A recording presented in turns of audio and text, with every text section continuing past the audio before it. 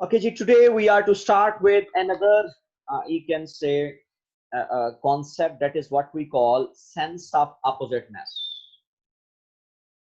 एक और कॉन्सेप्ट जो है वो आज हम लोग कैरी करेंगे. मोर और लेस तो हम इसके साथ जो टर्म यूज करते हैं that is what we call sense of oppositeness.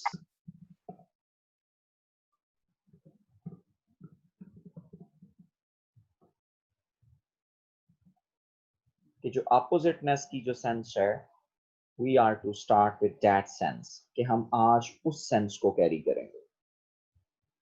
और ये सेंस जो है वो यू कैन से जिस तरह से उस दिन भी हमने एक कॉन्सेप्ट जो था वो देखा था, उसमें भी मतलब जो है वो एक का जो असर्शन थी वो बाकी सबकी जो थी वो नेगेशन थी. लेकिन आज हम लोग उसी सेंस को फर्दर एक्सप्लोर करेंगे कि ये अपोजिट सेंस जो है वो फर्दर किस तरह से मतलब जो है वो एंगेज होती है, जिसमें एंटोनमी है, कम्प्लीमेंटेरिटी है और कन्वर्सनेस है. तो मोर और लेस सबसे पहले हम इसको कैरी करते हैं कि ये कॉन्सेप्ट क्या है, फिर मैं इसके साथ कुछ एग्जांपल्स जो हैं वो मैं आपके साथ शेयर करने की कोशिश करता हूँ. Oppositeness of meaning has been one of the most important semantic relations. In many languages, there are dictionaries of synonyms and antonyms. ये antonyms और synonyms की जो dictionary हैं वो मौजूद होती हैं. The study of opposites is quite complex. Some writers use the term antonym for all types of opposites. Others divide oppositeness of meaning into three subcategories. तो oppositeness of meaning जो है वो फिर इस तरह से तीन कैटेगरीज में मतलब जो है वो डिवाइड होता है, जिसमें complementarity है, एंटोनमी है और कन्वर्सनेस है. So I must say you people कि जब आप अब मतलब जो है वो जो ऑपोजिटनेस है वो सिर्फ एक नहीं होगा. नंबर एक कंप्लीमेंटेरिटी सिमेंटिक्स में. दूसरे नंबर पर हम इसको मतलब जो है वो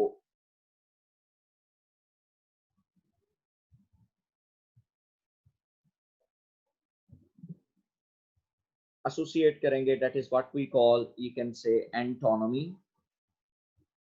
and the third one is converseness. सो ये तीन यू कैन से जो हैं वो अब हमारे पास जो रिलेशंस हैं वो यहाँ पे मौजूद हैं, जो कि सेंस ऑफ ऑपोजिटनेस के अंदर जो है वो फॉल करते हैं, कि ये तीनों सेंस ऑफ ऑपोजिटनेस का हिस्सा हैं. अब अगर फर्दर हम लोग एक एक रिलेशन को एक्सप्लोर करें तो सबसे पहले आ जाता है that is what we call complementarity relation. ये कंप्लीमेंटेरिटी रिलेशन जो है वो क्या होगा कि complementarity is the relation of oppositeness in pairs, कि ये पेयर्स में बात की जाएगी. सपोज हम लोग अगर बिल फर्ज इसको एग्जांपल्स के साथ अगर हम लोग कोट करने की कोशिश करें तो लाइक व्हाट, आप सिंगल और इस तरह से मैरिज के ये अब पेयर्स हैं. ये मोर और लेस जो है वो आपको कंप्लीमेंटेरिटी की मतलब जो है वो एक सबसे बड़ी मिसाल हमें नजर आती है, कि जिसमें सपोज आपके पास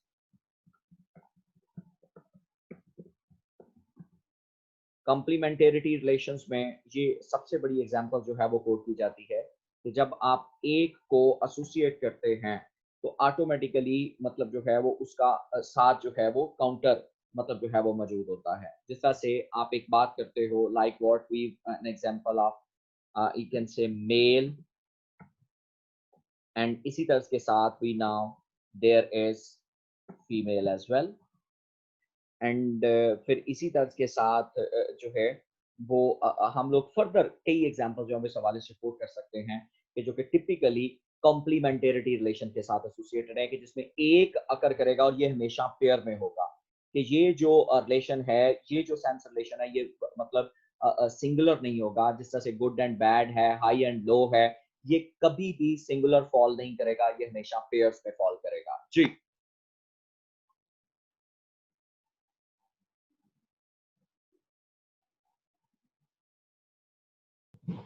जी. Complementary is the relation of Complementary is the opposite. relation of oppositeness in pairs of lexical items, where the denial of the one implies the assertion of the other, other कि and जब the आप एक assertion को of the denial one कर रहे implies हैं तो assertion of the other जो है वो मौजूद है. And the assertion of the one implies the denial of the other, कि आप अगर एक को असर्ट कर रहे हैं तो ऑटोमेटिकली दूसरा जो है वो डिनाई हो रहा होगा, और उसके डिनाई होने के पीछे जो यही वजह थी कि जो मोर और लेस जो है वो एक की असर्शन जो है वो दूसरे के डिनाइल की जो है वो हमारे सामने वजह बन जाएगी। सो मोर और लेस जब हम लोग इस तरह के रिलेशंस के ऊपर बात करते हैं तो वी मस्ट नो कि assertion of the others will automatically lead us to the denial of the other, कि जब आप एक असर्ट कर रहे हो तो नेचुरली दूसरा जो है वो डिनाई हो चुका होगा। सो इस तरह के जो रिलेशंस हैं जिनको हम लोग मतलब जो है इसको हम लोग कॉम्प्लीमेंटेरिटी रिलेशंस के साथ जो है वो एसोसिएट करते हैं। इस हवाले से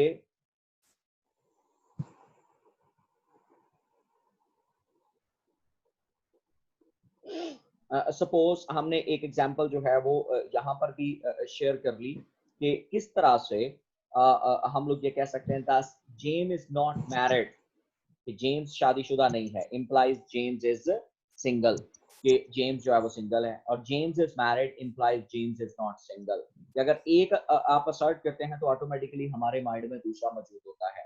she is a female then he is not, she is not a male, or he is a male then he is not a you can say female. So in the cases of those terms for which lines reserve the term autonomy, you can say uh, good and bad, high and low, only the second of these implications hold James is good implies denial James is bad, कि James जो है वो बुरा है इस बात का denial है, but James is not good doesn't imply the assertion that James is bad. तो अब दूसरी जो सेंस हमारे सामने आती है that is what we call antonomy.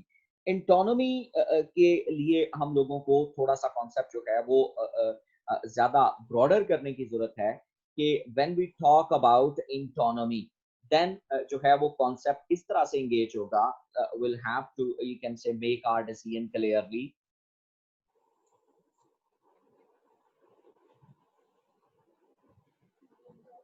Suppose हम एंटोनोमी की बात करते हैं तो वहां तो मैंने आपके साथ ये बात कर दी कि assertion of the other is the negation of the other, कि एक अगर असर्ट होता है तो दूसरा ऑटोमेटिकली जो है वो जो है वो नेगेट हो जाएगा। जबकि जब हम लोग बात इंटोनोमी की कर रहे हैं, जब हम बात जो है वो एंटोनोमिक रिलेशंस की कर रहे हैं, तो assertion of the other does not you can say necessarily engage the denial of the other, कि जहां आप एक को इंसर्ट करो तो ऑटोमेटिकली assertion of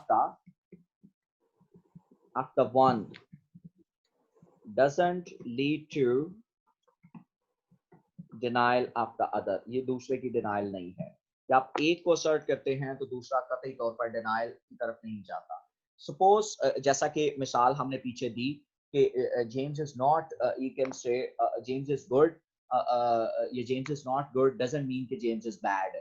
सो या हम ये नहीं कह सकते कि जेम्स जो है वो बैड नहीं है, ये मतलब एक हद तक डिग्रेडेबल है, सॉरी ग्रेडेबल जो है वो ये आइटम जो है वो यहाँ पे हमारे सामने मौजूद होती हैं। इस हवाले से मैं एक मिसाल आपके साथ शेयर करता हूँ कि I saw a very I saw a very big rat, या I saw a big rat, मैंने एक बड़ा चूहा देखा, और अगर आप वेरी लगा देते हो तो मैंने एक बहुत बड़ा चूहा देखा। और I saw a small elephant, मैंने एक छोटा सा हाथी देखा। अब इसके बावजूद अब आप देखें इन दोनों जुमलों के अंदर हम लोग जब बात करेंगे तो assertion of the other does not negation assertion of the one does not negation of the other, कि अगर I saw a very big rat implies, या बात किधर को जाएगी, even it is small, ये फिर भी छोटा होगा। जितना मर्जी बड़ा चूहा देख लें ये फिर भी छोटा होगा, यानी कि जो स्मॉलनेस की सेंस है वो उसमें से खत्म नहीं होगी। और I saw a big elephant, I saw a big elephant, even sense of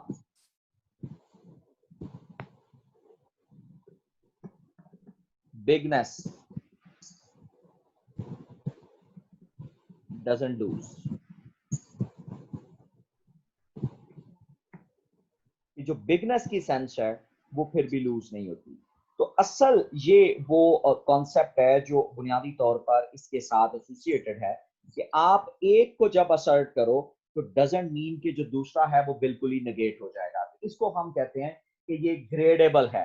कि सपोज आई सा अ बिग रैट की आप बात कर रहे हैं, तो ये उसकी जो स्मॉलनेस की सेंस है एलिफेंट के सामने वो उसको नेगेट नहीं कर रहा। या वैसे भी अगर आप एक बात कर लेंगे आई सा अ वेरी बिग रैट, इसके बावजूद आप ये नहीं कह सकते कि वो चूहा इतना बड़ा है कि आप उसको काउंटर नहीं कर सकते। फिर इसी तरह के साथ आई सा अ स्मॉल एलिफेंट, आप जितनी मर्जी बात कर लें लेकिन इसके बावजूद जो जितना मर्जी स्मॉल एलिफेंट होगा वो इंसान के सामने फिर भी जो है वो बड़ा नजर आएगा। तो यहाँ पर हम लोग ये जैसा कि एक मिसाल मैंने आपके साथ जो है वो पीछे भी शेयर करी है कि जिसको जॉन लाइंस जो है वो कोट भी करता है और वो मिसाल बहुत अहम है कि James is bad, sorry James is not good doesn't imply the assertion of James is bad. कि James is not good, let's suppose कि हम अगर ये मतलब जो वो जुमला यहाँ पे असर्ट करने की कोशिश करते हैं,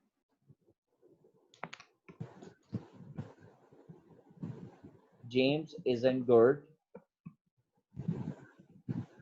कि जेम्स जो है वो अच्छा नहीं है, या James isn't good doesn't imply assertion of James is bad.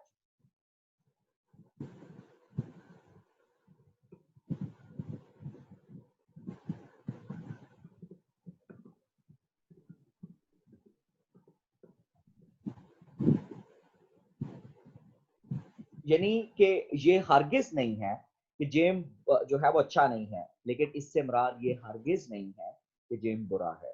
यहाँ अब जेम अच्छा नहीं है, इट्स ना ग्रेडेबल वेरिएंट। सपोज कि सपोज जो है वो एक की सेंस के साथ दूसरा जो है वो मतलब नेगेट नहीं होता।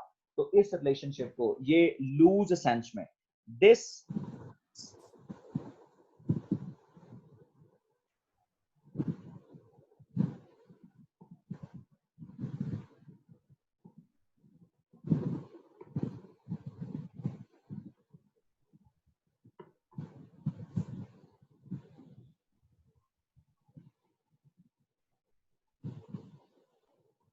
तो ये एक तरह से सेंस हमारे सामने मौजूद है।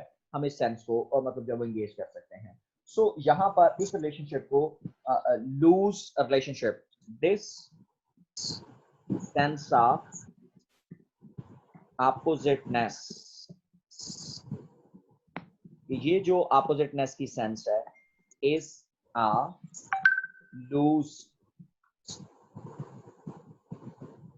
सिनोनिमी। इसको हम लोग जब भी बात करेंगे ये लूज सिनोनिमी के तौर पर हमारे सामने आएगा।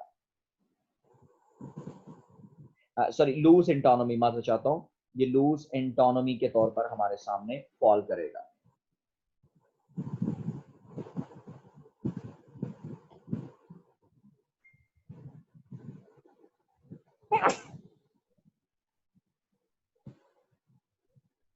ये हम लोग इसको लूज इंटोनोमी के तौर पर हम लोग जो है वो एंगेज करेंगे कि ये स्ट्रॉन्ग इंटोनोमी नहीं है, ये लूज इंटोनोमी है। सो इंटोनोमी की जब भी आपने बात करनी है ये एक तरह से ग्रेडेबल जो है वो वेरिएंट होते हैं। सपोज इसको एक फॉर्मूले के साथ मैं आपके साथ में शेयर कर देता हूं कि इसको बड़ी आसानी से आप लोग जो है वो कैरी कर सकते हैं। लेट्स सपोज हम ये कहते हैं कि NP1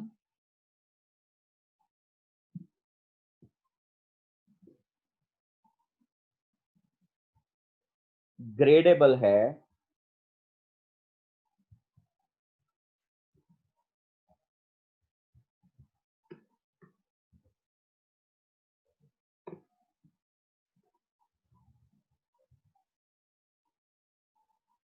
NP1 जो है वो एक तरह से ग्रेडेबल है। उसके बाद टाइम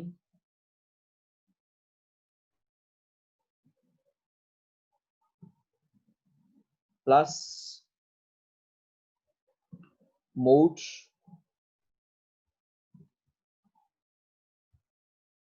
और एस्पेक्ट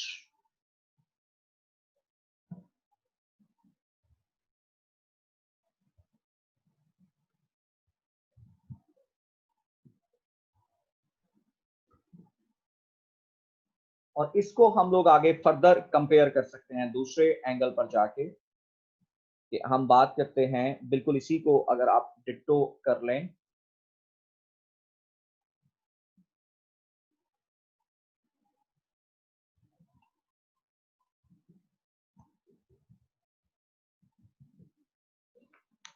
कि NP2 जो है वो ग्रेडेबल है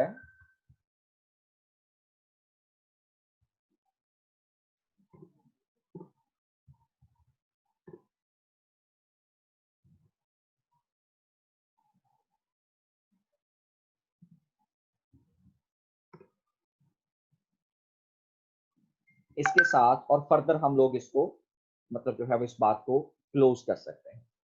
अब अगर हम लोग इस कॉन्सेप्ट को अगर हम लोग समझने की थोड़ी सी कोशिश करें तो ये किस तरफ हमें लेके जाएगा। There is need first to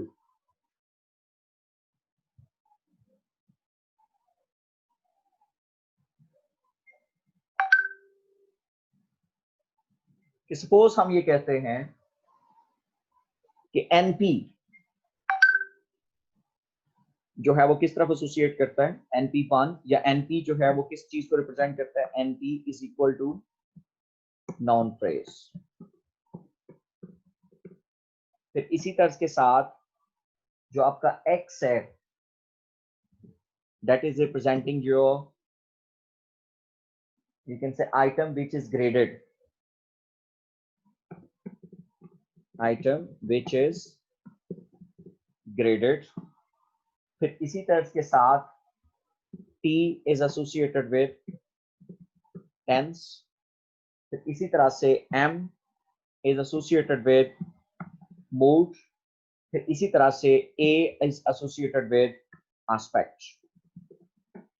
अब अगर हम लोग इसी पैरामीटर के ऊपर एक जुमले को मतलब जो है वो कंपेयर करने की कोशिश करें, तो हम लोग इस जुमले के हवाले से हम फौरी तौर पर इसको मतलब जो है वो एंगेज कर सकते हैं कि our house is bigger than your used to be.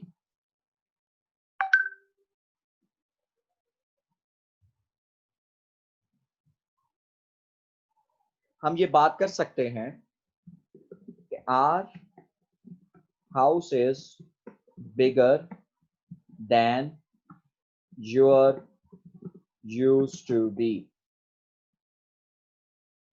कि हमारा घर जो है वो तुम्हारे घर से, जितना तुम्हारा घर हुआ करता था उससे बड़ा है। अब अगर इसी फॉर्मूले को हम लोग ऑब्जर्व करने की कोशिश करें, सो हम लोग इसी को हम लोग यहाँ पे कैरी कर सकते हैं। Suppose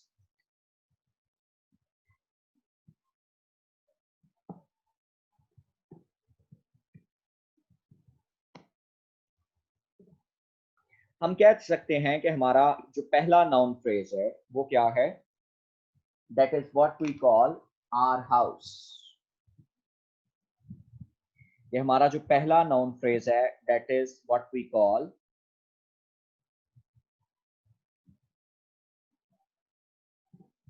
our house.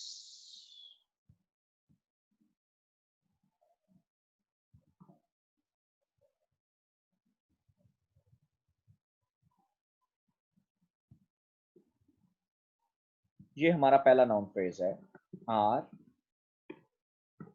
हाउस। हम इसको कंपेयर करने जा रहे हैं। कंपेयर क्या है, it's the sense of bigness. जब बिगर है तो हम उसके साथ इसको कंपेयर करने जा रहे हैं। फिर इसी तर्ज के साथ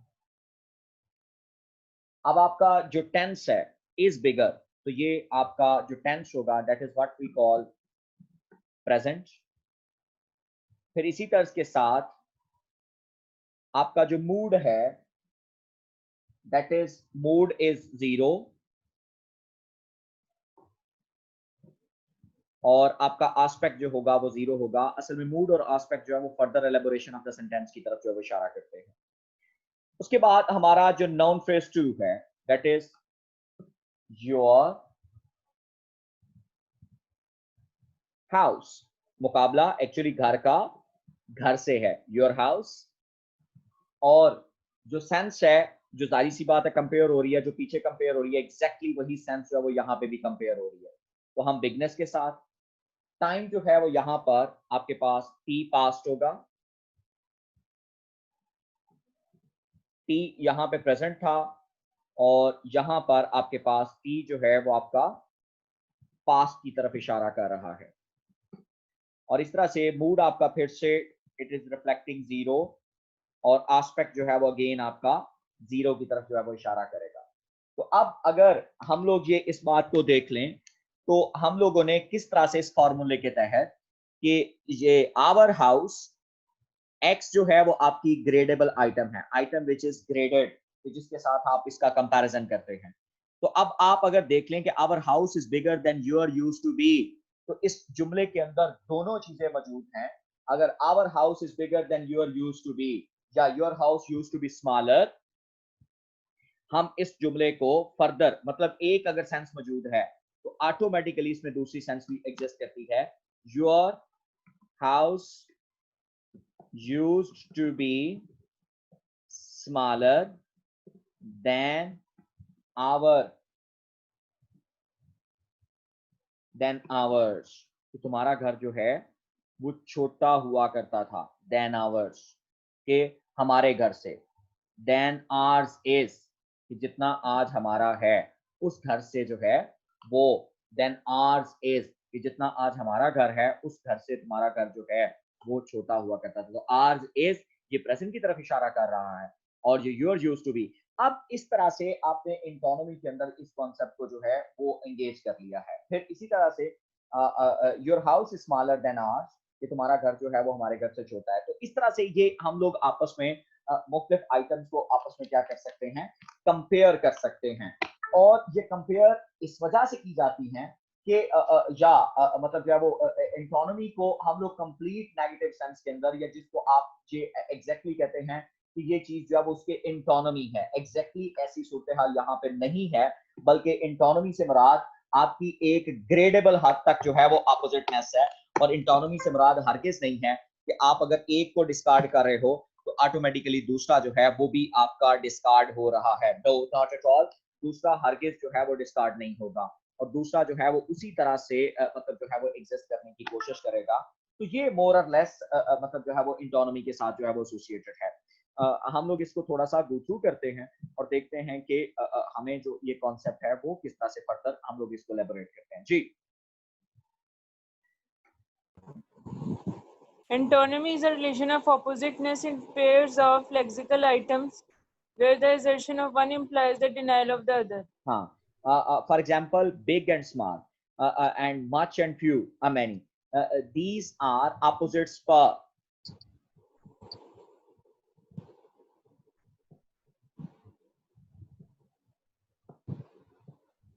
excellence.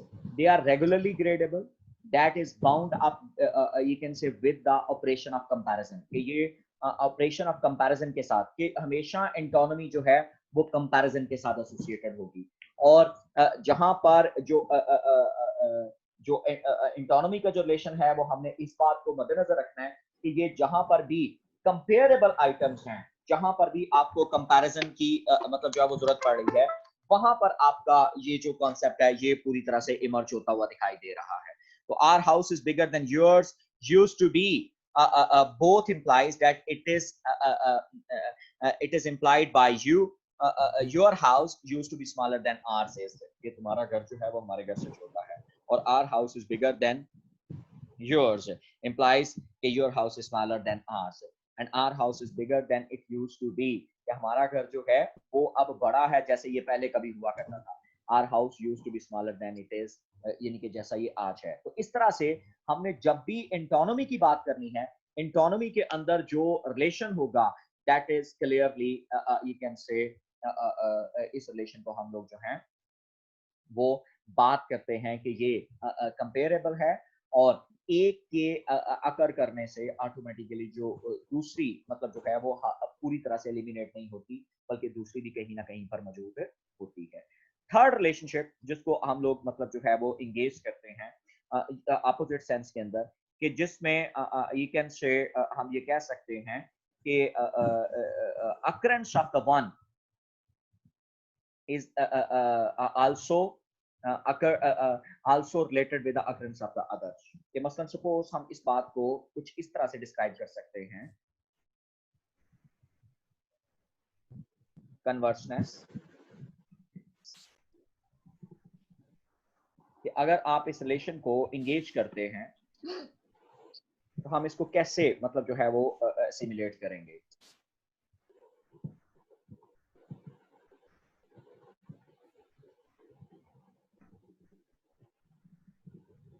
Occurrence of the one also causes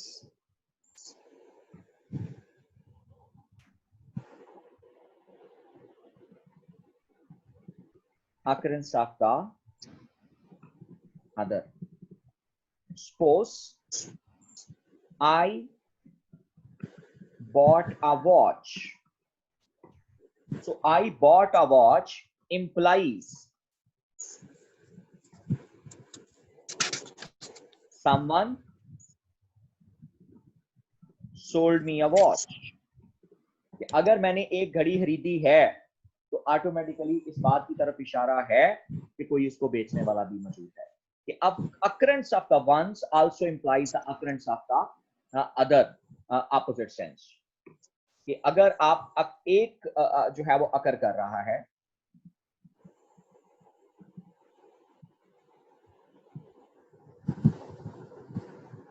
अगर एक सेंस अकर कर रही है तो ऑटोमेटिकली दूसरी सेंस भी अकर करेगी। हम इसको फर्दर हम लोग कुछ यूं कैरी कर सकते हैं कि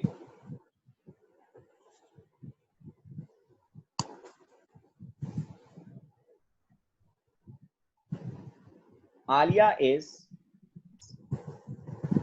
wife of Ali implies Ali is husband of Alia। कि एक अकर कर रहा है तो ऑटोमेटिकली आप देखें कि दूसरा भी इसी तरह से इंगेज हो रहा है।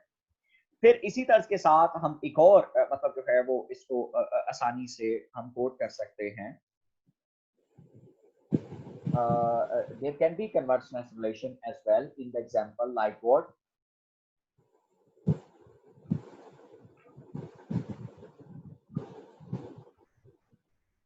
कि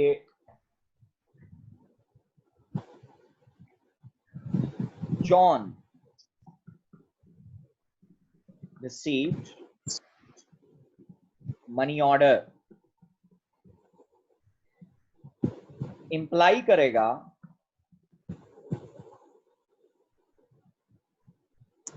from his father। ये इस बात पे imply करता है कि John's father sent him money order। कि जॉन के बाप ने अगर उसने रिसीव किया है तो जॉन के बाप ने भेजा होगा तो जॉन ने रिसीव किया है। तो ये एक बात हमें ज़हन-नशीन रखनी होगी कि कन्वर्सनेस में जब एक अकर करेगा तो ऑटोमेटिकली उसकी अपोजिट सेंस जो है वो लास्ट में असर करेगी। आई मस्ट से यू पीपल कि ये जो अपोजिट सेंस है ये हमेशा मतलब जो है वो इंगेज होती है कि when occurrence of one is always the occurrence of the other as well. So more और लेस कन्वर्सनेस का जो रिलेशन है वो एंटोनमी जैसा नहीं है, वो रादर इससे एंटोनमी तो यानी कि ग्रेडेबल आइटम की तरह थी, जबकि ये एग्जैक्टली अपोजिट सेंस की तरफ जो है वो इशारा कर रहा है। जी। The third sense relation, which is frequently described in the terms of oppositeness, is that which holds between buy and sell or husband and wife. We will use the term converseness to refer to this relation. The word buy is the converse of sell and sell is the converse of buy. ठीक। John Lyons। ये John lines ने मतलब ये इस बात को मतलब share किया है। और since parallelism exists between antonymy and complementarity, a number of linguists do not make such distinctions and regard all relations opposites as antonyms। कि वो ये तीन तरह की डिस्क्रिमिनेशन नहीं करते, जैसा कि हमने complementarity रिलेशन की है, antonymy की और converseness की है, वो इन सबको एक ही रिलेशन के साथ एसोसिएटेड करते हैं। That is what we call antonymy relations। So that's overall about your antonomy and antonymy relations. इंशाल्लाह आगे जब हम बात करेंगे तो मोर और लेस जो बड़ा हमारे सामने जो कॉन्सेप्ट था सिनोनिमी का और एंटोनमी का वो हम कंप्लीट कर चुके हैं. अब इसके बाद जो है वो छोटे-छोटे रेफरेंस एंड सेंस रिलेशंस जो है वो हमारे सामने आपका